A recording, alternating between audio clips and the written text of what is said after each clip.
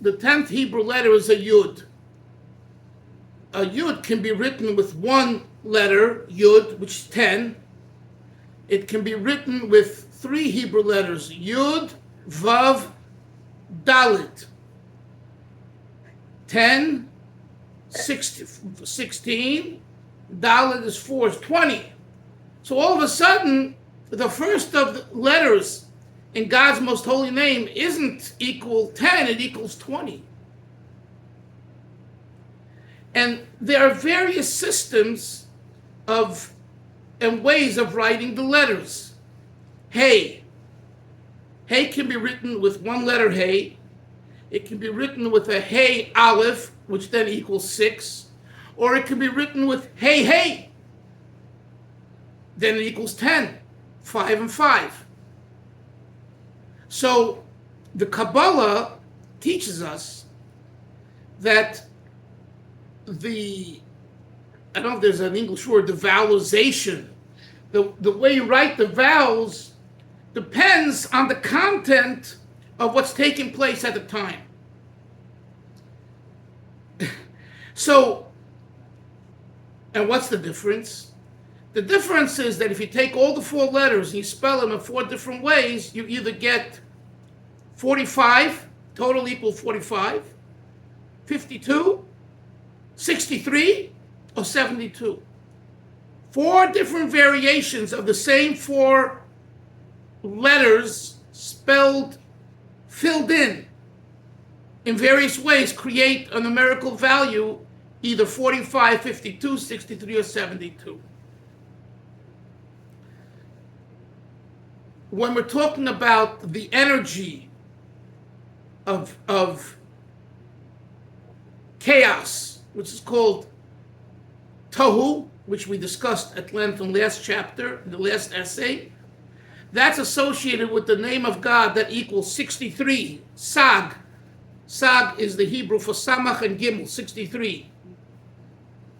When we talk about the name of God that equals, that communicates what we call Tikkun, like Moshe, like the word Tikkun Olam, right? Right, which you've used many times in our conversations. Tikkun Olam means to make the world a better place. That Tikkun, that is associated with the name of God that equals 52. Okay? Why that is another discussion. I can't, I don't want to go into it. It'll take up too much time, but just leave it at that. So, there's the 4th name, the 4th equivalent, numerical equivalent is 72. Hillel, 72 times 4 equals 288. 288. 288. And that's the name that's considered like the fullest expression, the first fullest revelation of Hashem's godliness. No, that's no. That's my understanding of the 70 of that Shem Ayin base. What are you emphasizing that it's the fullest? What do you mean by that? Meaning all the other names have more qualities of concealment, and that's a more full expression of revealing of God's presence. Okay. That's I can accept that. Okay. But it's much more it's much more profound. But that's a general statement. Yeah, we could live with that. So anyway, there's some psukim that the Gemara says that we derive that 72-letter name from, and they should be coming up. They're somewhere in Sefer Bamidbar. I don't remember where. They should be coming up, right? Is it Bamidbar or Dvarim? Don't remember. Could be it's Dvarim. In the Shira and the Hazinu. Anyway. Okay, let's go. What does the 45 represent? 45 represents Adam, man. Aleph Daled Mem equals 45. Right? Mem is 40, Daled is 4, Aleph is 1, equals 45. So the name of Ma, which is also one of the ways of spelling the Yud Kei Vav Kei, is associated with man. In what sense? in the sense that man, the human being, is a full description of God's immanence, God's essence. When man acts godly, i.e., man was made in the image of God. Nasa Adam b'tzalmeinu kidmutenu. Moshe Myers, what's the word used there? Adam. Nasa Adam. It doesn't say Nasa Ish. Doesn't say Nasa Gever. Doesn't say Nasa Enosh. 3 other words in Hebrew that mean man. It says Adam. Adam is equal 45. It's the representation of man, as man is in a way b'shleimut, in complete wholesomeness, from the mind to the heart to the midot. When you said, Hillel, that the name 72 is Hashem in his full glory, something like that, that's as far as Hashem's impact in the world. There is a difference between where man is complete and wholesome in his own private kind of position and state, versus the way God is glorifying the universe. Baruch Shem Kivod Malchusay La'olam Voed. The second line in the Shema, after the credo of Shema, is Baruch Shem. What's going on there? Baruch Shem is the glorification of the Shema as it expresses itself Malchusay La'olam Voed in the kingship worldwide. So we have the kind of individual perfection and wholesomeness in the first line of Shema, but that doesn't yet impact the world. The second part of Baruch Shem is the glorification, the impact on the world.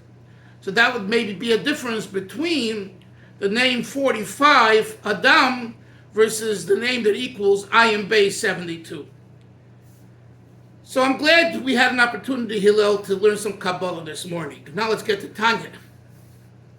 Hasidus. Okay, mute yourself, please. So we're in the essay 6, which is almost towards the end of the Tanya, in Kuntres Acharon. It's an addendum, kind of. The addendum to the Tanya, the 5th section called Kuntres Acharon, the last letter, the last information in this Tanya. So what are we talking about here? The importance of every aspect of Torah, including those aspects that aren't relevant today because there's no holy temple in Jerusalem. It's been destroyed.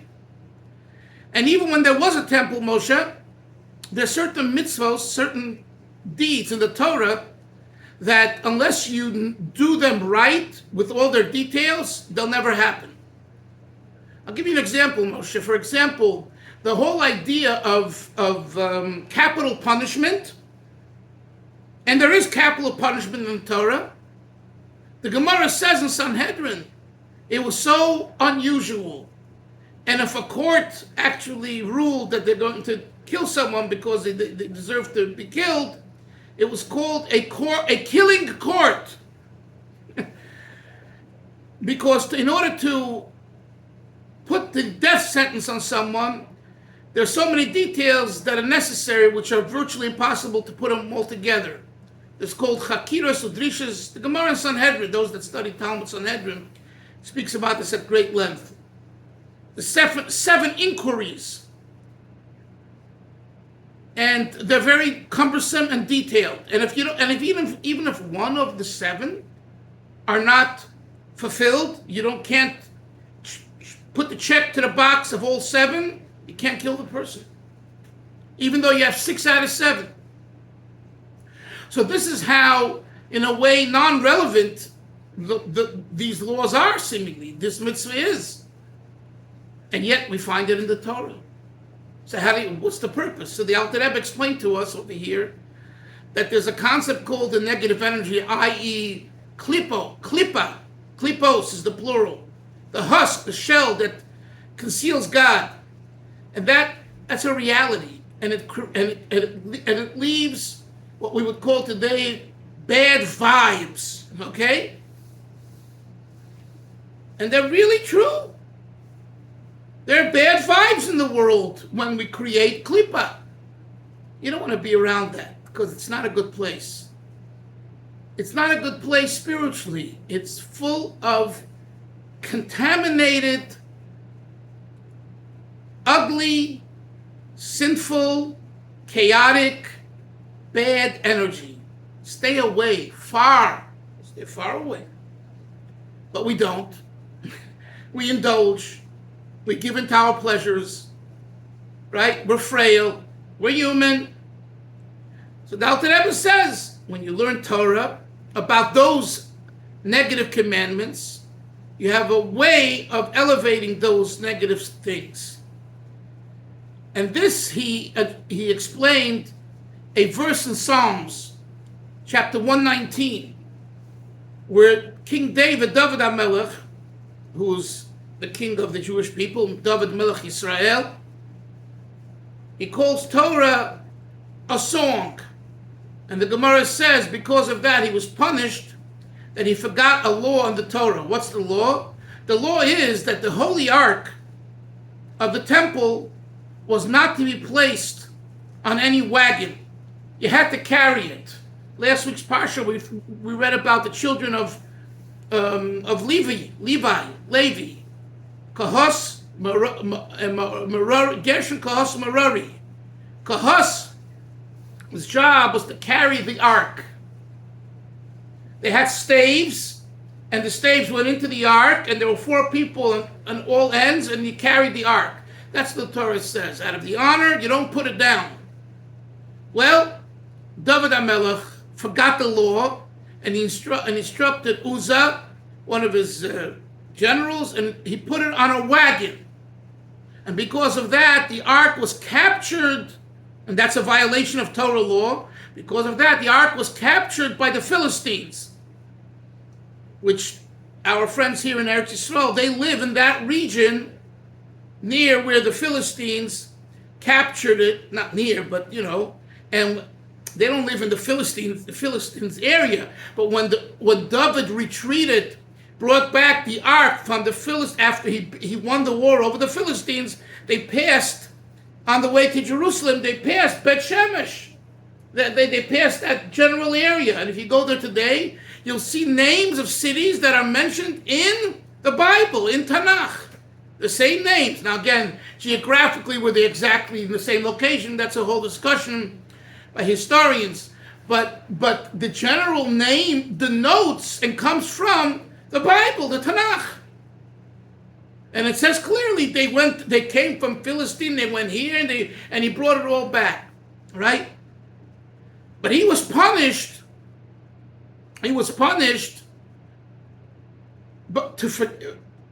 By forgetting an open law that every child in Cheder, in elementary school, knew. Because it says in the Torah. It says clearly in the Torah. You don't need to be a rocket scientist. If you look at the Torah, it says the ark has to be carried. It's an open verse. How did David forget it? How did David HaMelech forget it? And the answer is it was a punishment that he forgot. God made him forget. Why? Because in Psalms 119, when he's praising God for saving him from Lachish, this general who worked for King Saul, who wanted to kill King David, out of jealousy and whatever else, that's another story in Tanakh, in the Bible. He ran away and he praises God for saving his life. What does he say? Zmiros, he calls the Torah that God gave the Jewish people songs. And the Gemara says, Zmiros karosilahu. You call Torah just songs? Come on. Anyone can sing. To study, you got to really delve into it. So why do you kind of make the Torah cheap by calling it songs? The Alter Rebbe in this essay justifies, in a way, King David. You hear that? In other words, regardless of what I told you till now, which is the facts on the ground, what it says in Tanakh and what it says in the Gemara, the Alter Rebbe takes it to a higher level. In other words, and this is important just for a second for all of you to hear and to think about. The episodes in the Torah and in Tanakh, you could look at them at face value, and you could say King David was a lowlife. He goes and gets himself a woman before he's old and before he dies to warm him up. What a womanizer. Okay? Then you can say he's such a terrible person, he sends out the husband of Bathsheba to the front so he can get killed, so that he can take Bathsheba as a wife. What a lowlife. And so you could find many things in Tanakh which are difficult to understand at face value. And by the way, in many Hasidic yeshivot, yeshivas, they don't study these parts in Tanakh. They almost don't study any Tanakh because they feel the kids at a young age, they feel the kids are not capable to understand these things. In Chabad, it's not this way. I learned Tanakh as a boy, okay? And I never had a question, King David is so outrageous, and how can he be the king of the Jewish people? And David Melech Yisrael Chai V'Kayim, and the Mashiach will come from King David. None of those questions came to me at that age, so it didn't. I learned it sincerely and simply, and enjoyed learning it. Later on, you start thinking, you look for answers, you look into the commentaries, you ask questions. But anyway, what the Alter Rebbe does here is a fascinating thing. The Alter Rebbe says that, and again, he has a source in the Gemara, because the Gemara says in Shabbos, I think, Kol mi she'amar she'David to, whoever says that King David committed a sin is wrong. It's a Gemara. The same Gemara that brings the story with Bathsheba, and then brings the story with Uzzah and the Acharon that we're learning about in this Tigeres. The Gemara says whoever calls King David a sinner is wrong. How do you reconcile those pieces of Talmud? So the Alter Rebbe reconciles it here without addressing that particular contradiction. And the Alter Rebbe says there's two levels to Torah. One is called the inner level, Pnimius, and one is called the outer level, Chitzonius. And on the outer level, it's the way it seems from the outside. But if you go deeper into the inner level, you see a whole different experience. That basically is the answer to the question in this Igeris, in this letter. And what we take from it before we go inside and learn some text is the importance when you learn Torah, any part of Torah, and when you learn, what Adin Steinsaltz calls the name of one of his books, Biblical Images. When that book came out, it was burnt in the streets of Bnei Brak by the Litvaks. And I read parts of that book. I understand why they burnt it. I do understand. Because he writes it in a way which some of it sounds very heretical. Heretical in the sense that he humanizes the patriarchs and the matriarchs and the figures in Tanakh. He makes them very human. It's almost as though you go to a certain house of prayer. Humanism, the humanistic aspect of Judaism, right? Well, Steinsaltz doesn't go to that degree. I'm not saying that. But there are parts there that's, you really need to understand what he really meant. But the way it reads, especially if you're a cold Litvak and you're not into, looking at the deeper, you just look at the face value of in these areas, right? Because it's not a piece of Talmud where or a Rambam where you have to go deeper here, right? So they were outraged. And that was a trigger, by the way, why they ostracized his Talmud. In 1989, that was one reason. I've written extensively about this. I did research on this. But one of the reasons was this book, Biblical Images. So I took the book out years ago because I heard about it and I remember it. I said, what did he write over there? So I started to read it. Written very well by his translator, I think Hanagbi and whatever. But some things there made my hair rise. It sounds very heretical. humanizing the patriarchs, the matriarchs. What's the answer? The answer is he's talking about one face of the equation. So if you look at it only from that perspective, yeah, you might conclude it's heresy and you have to burn the book.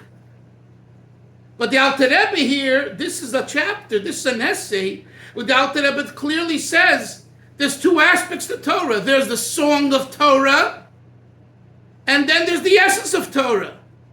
So when King David referred to Torah as song, he wasn't poo-pooing Torah. He was talking about that aspect of Torah that's expressed through song. And he didn't address at that time the deeper level of Torah. Now, if God punishes him for that, so be it. But the Alter Rebbe says, you should know that King David wasn't a lowlife. He was a tzaddik. Again, all of these words are not said clearly in this essay. I'm paraphrasing and bringing what's in between the lines and behind the words to the page. This is what's happening here. And this is why Moshe is very relevant today.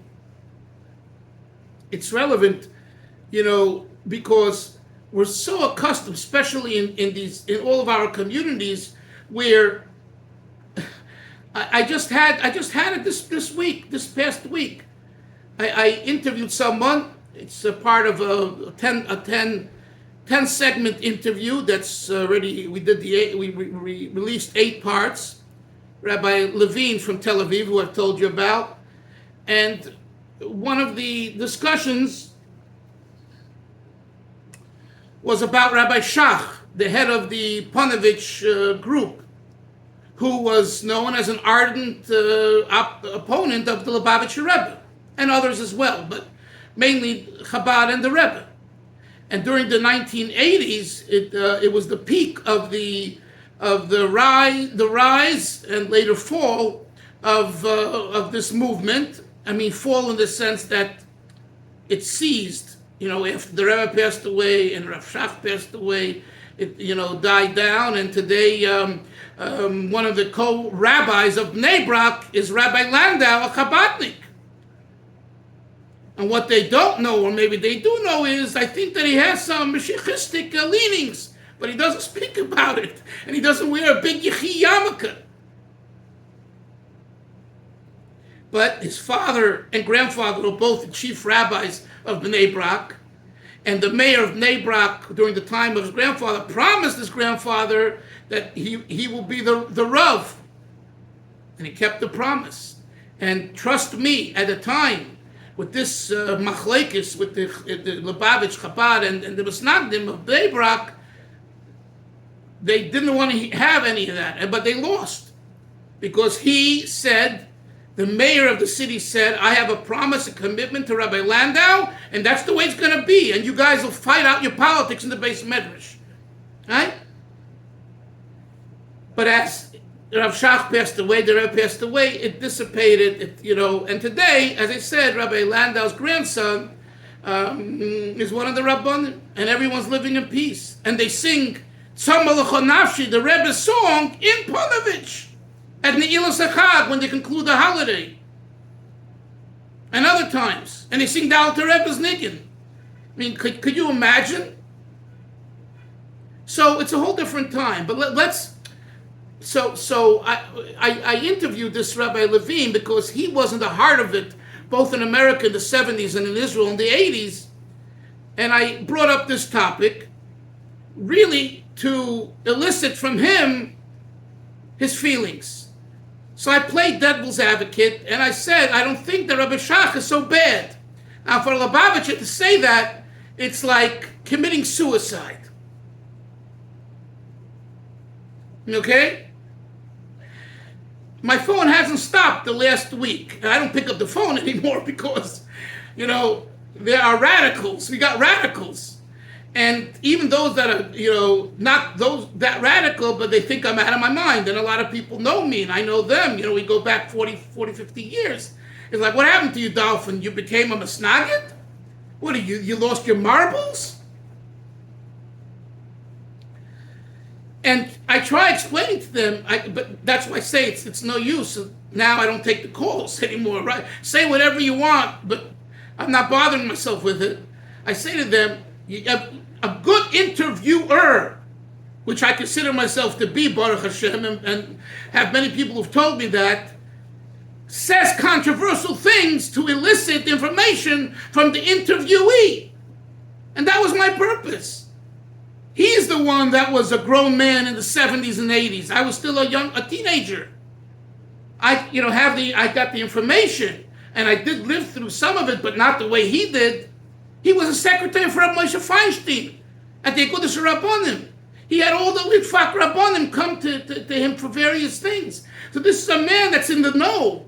So here I have a man in the know that I'm interviewing. One second, Moshe, 1 second. I want to bring out the best. I want to hear what he has to say. How do you do that? I play devil's advocate. But people are shallow. And they take things at face value. So the guy takes my clip, cuts out the minute and a half that I speak about, there's a 2 or 3 minutes, whatever it is, and puts a title on it. Rabbi Dalfin says that the Shach did not hate the Rebbe, whatever, he liked Chabad, or he wasn't against Chabad. Oh boy, did I get everyone, like, it's a lie. You're selling yourself out to the Misleading. Right? There's two faces. Here, there is the core issue of a chassid and a litvik. One has a rebbe, one doesn't, on and on. And the second issue is the deeper issue, which is I'm doing this to elicit a good response, whatever that response is. Yes, Moshe. Rabbi Dalfin, did you, speaking of Rabbi Shach, did you ever speak on this issue with Rav Chaim Shalom Deutsch from Yerushalayim? Because my understanding was that he was a Talmud Chaver of Rav Shach in the earlier time. So I'm just curious. Yeah. Okay. So first of all, I guess you guys don't know, but I wrote. 1 second.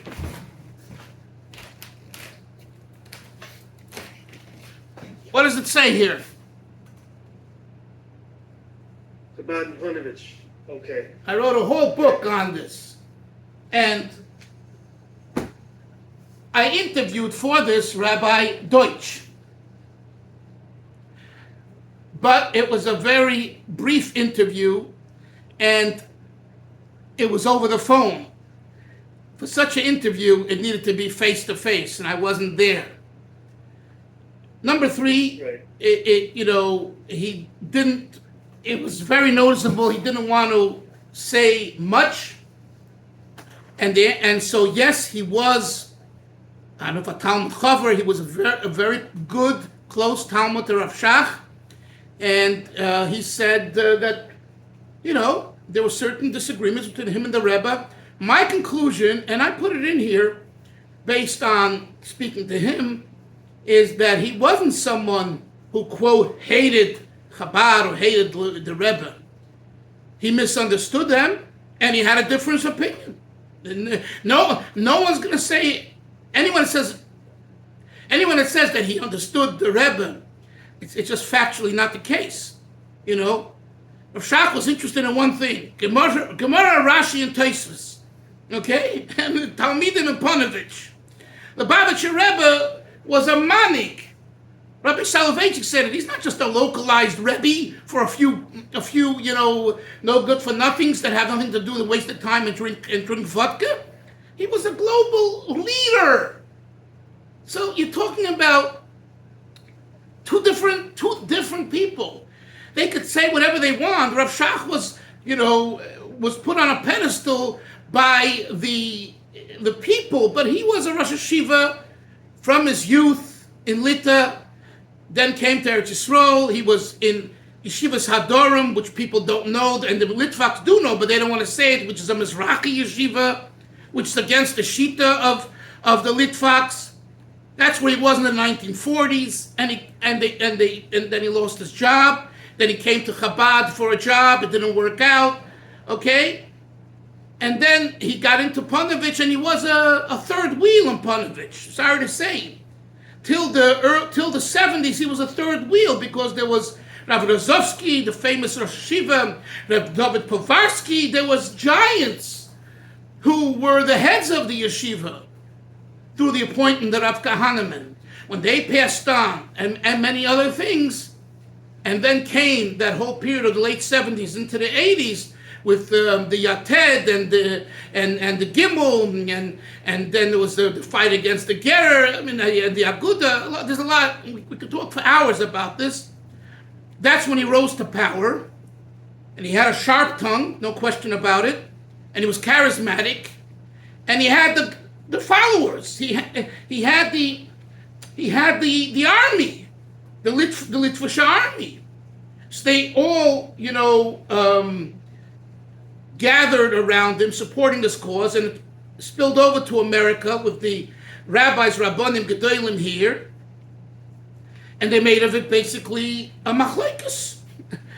And not just against Lubavitch, against Ger, and initially Bells. I don't go into it, right? I heard from Cantor Helfgott, the world's greatest cantor, Chazan, that he told me in the 1940s there was such peace between the Litvaks and the Chabadniks in Tel Aviv. They were all in one yeshiva. And he said later, it became very problematic. So Rabbi Deutsch, as you asked me, he was a strong Talmud. He definitely became a Chabad Chosid, and that is a great mashpia. And he's looking at the inside, what we're learning here in Tanya. He's not looking at it as the outside. And he said that they disagreed, and they were coming from two different perspectives, and therefore they weren't talking the same language. Okay? But there's a lot more. There's Rabbi Shach's son, who was modern. He was from Ephraim Shach. He came to the Rebbe, and the Rebbe gave him $1 for his father. And that dollar is carried by a grandson, Bergman, in Bnei Brak till today, in his wallet. Okay? It's all in the book. The point being, but who knows about this and who really cares? If I release this in Hebrew, which it should be released, this will be a bestseller in Israel. If this is released in Hebrew, it will be a bestseller. Not because I wrote it, just the facts that what are in here, again, agree or disagree, but it's a respectful piece to think about. So, why am I saying all this? Not to talk about old disagreements, because it's not the right way, especially now when we need so much shalom in Eretz Yisrael and all over and all that. It's to bring out the nekuda that there is the pnimius and the chitzonius. And if you train yourself to look at things this way, and it's hard, that's what I'm saying. People here, Dalfin said that the Shach didn't hate Lubavitch, or he didn't hate the Rebbe, or he didn't know all of that, right? You're out of your mind. Maybe you hear what he said, you know the context, you understand it's an interview. No, it's like, this is the world of journalism, publicity, the one who can scream louder, and that's the way it is. And I didn't give the title. This is this person who I'm upset with, and I asked him to change it as soon as he showed me the title that he wrote, and he didn't change it. So I said, I'm not dealing with you, and I cut him out. People said, you're taking my video, which I didn't give, you didn't even ask me permission. You're taking what I did, I own that video, and you put it on, and you put on a misleading title. So I said, just change the title. And he wouldn't even do that. That's the way it is. Chavra, we will continue tomorrow. I have to go to another shiur. Sei gesund. Bye-bye. Not No, not tomorrow. Oh, Monday. Have a great Shabbos, everyone. Great Shabbos. Bye.